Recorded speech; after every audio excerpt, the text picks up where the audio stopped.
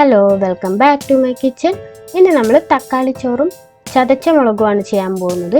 ഇത് ഭയങ്കര നല്ലൊരു കോമ്പിനേഷനാണ്, വളരെ എളുപ്പത്തിൽ ഉണ്ടാക്കാനും പറ്റും.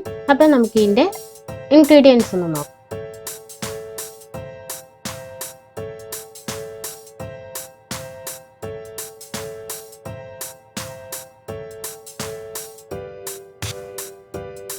ആദ്യം തന്നെ നമ്മൾ ചൂട് കട്ടിയുള്ള ഒരു പാത്രം എടുക്കുക. കുക്കർ ആയാലും മതി.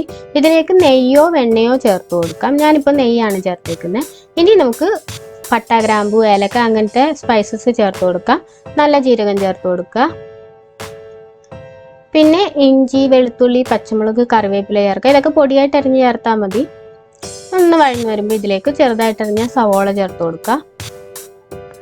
സവോള വഴഞ്ഞതിന് ശേഷം നമുക്ക് ആവശ്യത്തിനുള്ള ഉപ്പ് ചേർത്ത് കൊടുക്കുക. ഇനി നമുക്കിതിലേക്ക് പൊടികൾ ചേർത്ത് കൊടുക്കാം. ആദ്യം തന്നെ മഞ്ഞൾപ്പൊടി, പിന്നെ കാശ്മീരി ചില്ലി പൗഡർ. ഇതിപ്പോൾ കളറിനും കൂടി വേണ്ടിയിട്ടാണ് കാശ്മീരി ചില്ലി ചേർക്കുന്നത്. നന്നായിട്ട് വഴറ്റിയെടുക്കുക. ഇനി ഈ പൊടികളുടെ പച്ച മണം മാറുമ്പോഴത്തേക്കും ഇതിലേക്ക് തക്കാളി ചേർത്ത് കൊടുക്കാം. നന്നായിട്ട് മിക്സ് ആക്കുക. ലോ ഫ്ലെയിമിൽ വേണം ഇതൊക്കെ ചെയ്യാനായിട്ട്. ഇനി ഇതിലേക്ക് 1/4 കപ്പ് വെള്ളം ചേർത്ത് കൊടുക്കാം. അപ്പോൾ നന്നായിട്ട് തക്കാളി ഉടഞ്ഞു വരും. തക്കാളി നന്നായിട്ട് ഉടഞ്ഞ് അതിൻ്റെ ആ ഒരു എസൻസ് ഒക്കെ വരാൻ വേണ്ടിയിട്ട് നമുക്ക് ഒന്ന് അടച്ചു വെക്കണം. ഒരു 2-3 മിനിറ്റ് അടച്ചു വെച്ചാൽ മതി. 2 മിനിറ്റിന് ശേഷം നമുക്കിത് നന്നായിട്ട് ഒന്നുകൂടി മിക്സ് ചെയ്യാം. ഇപ്പോൾ തക്കാളി എല്ലാം നന്നായിട്ട് ഉടഞ്ഞിട്ടുണ്ട്. ഇനി നമുക്കിതിലേക്ക് അരി ചേർത്ത് കൊടുക്കാം. ഞാനിപ്പോൾ ജീരകശാല റൈസാണ് ചേർത്തേക്കുന്നത്. 2 കപ്പ് ജീരകശാല റൈസ് വെള്ളത്തിൽ അരമണിക്കൂർ കുതിർത്താണ്. ഇത് ഈ മസാലയുടെ ഒപ്പം നന്നായിട്ടൊന്ന് മിക്സാക്കി എടുക്കുക. കുക്കറിലാണെങ്കിലും ഈ സെയിം പ്രൊസീജിയർ തന്നെയാണ് ചെയ്യുന്നത്. അരി എടുത്ത സെയിം കപ്പിൽ തന്നെയാണ് ഞാനിപ്പോൾ വെള്ളം എടുത്തേക്കുന്നത്. 1 കപ്പ് അരിക്ക് 1.5 കപ്പ് വെള്ളം എന്നുള്ള രീതിയിലാണ് എടുത്തേക്കുന്നത്. വെള്ളം ഒഴിച്ച് ആവശ്യത്തിന് ഉപ്പും കൂടി നോക്കിയിട്ട് മിക്സാക്കി നമുക്കൊന്ന് അടച്ച് വെക്കാം. ഇടയ്ക്കിടയ്ക്കൊന്ന് ഇളക്കി കൊടുത്തേക്കുക. ഇനി വെള്ളമെല്ലാം വറ്റി അരി വെന്തിട്ടുണ്ട്. നന്നായിട്ടൊന്ന് മിക്സ് ആക്കുക.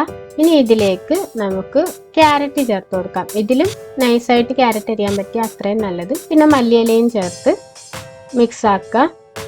ഇപ്പം തീ ഓഫ് ആക്കിയിട്ടുണ്ട്. ഇനി ഈ ചൂടത്ത് കിടന്ന് ബാക്കിയും കൂടി വെന്തോളും. ഇപ്പം അത്യാവശ്യം വെന്തിട്ടുണ്ട്. അപ്പോൾ ബാക്കിയും കൂടി ആ ചൂടത്ത് തന്നെ വെന്തോളും. അവസാനമായിട്ട് നമുക്ക് കുറച്ച് നെയ്യും കൂടി ചേർത്ത് കൊടുക്കാം. അധികം ചേർക്കേണ്ട, വളരെ കുറച്ച് ചേർത്താൽ മതി. എന്നിട്ട് ആ ചൂടിൽ തന്നെ ഒന്ന് അടച്ചു വെച്ചേക്കുക. ഒരു 20 മിനിറ്റൊക്കെ ആകുമ്പോൾ നന്നായിട്ട് വെന്ത് കറക്റ്റ് പാകമായിട്ടുണ്ടാവും. ഇപ്പോൾ തക്കാളിച്ചോറ് റെഡി ആയിട്ടുണ്ട്. ഇനി നമുക്ക് ഇതിൻ്റെ കൂടെ ഒരു സൈഡ് ഡിഷും കൂടി നോക്കാം.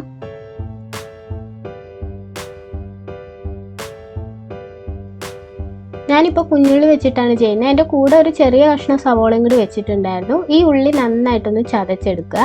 മിക്സിയിലും ചെയ്യാം, പക്ഷേ ഈ കല്ലിൽ ചതച്ചെടുക്കുമ്പോഴാണ് അതിൻ്റെ ടേസ്റ്റ്. 2-3 ട്രിപ്പായിട്ട് ഉള്ളി നന്നായിട്ട് ചതച്ചെടുത്തിട്ടുണ്ട്. ഇനി ഇതിൻ്റെ ഒപ്പം ഉണക്കമുളക് ചെറുതായിട്ടൊന്ന് ചൂടാക്കിയിട്ട് ചതച്ചെടുക്കണം. ഇനി ഈ ഉണക്കമുളകിൻ്റെ ഒപ്പം കറിവേപ്പില ചേർക്കുന്നുണ്ട്. പിന്നെ ചെറിയൊരു കഷ്ണം വാളംപുളി, ആവശ്യത്തിനുള്ള ഉപ്പും കൂടി ചേർത്ത് നന്നായിട്ട് ചതച്ചെടുക്കുക. ഇത് ചതച്ചതിന് ശേഷം ഉള്ളിയുടെ ഒപ്പം ചേർത്ത് നന്നായിട്ടൊന്ന് മിക്സാക്കി എടുക്കണം.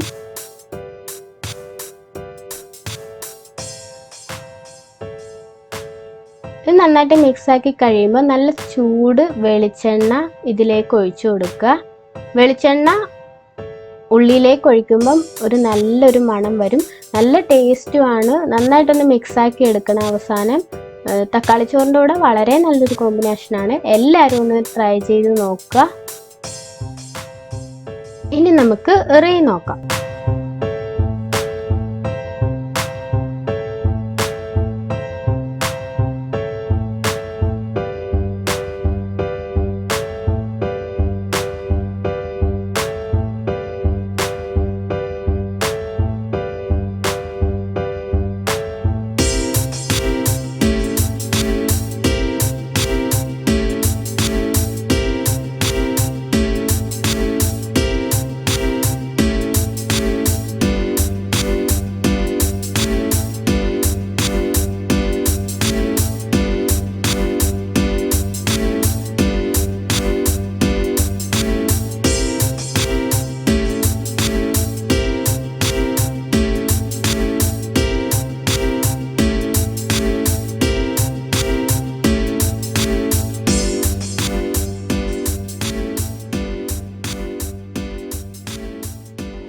വളരെ കുറച്ച് ഇൻഗ്രീഡിയൻസ് കൊണ്ട് ടേസ്റ്റി ആയിട്ട് ഉണ്ടാക്കാൻ പറ്റുന്ന ഒരു സിമ്പിൾ റെസിപ്പിയാണ്. എല്ലാവരും ഒന്ന് ട്രൈ ചെയ്ത് നോക്കുക.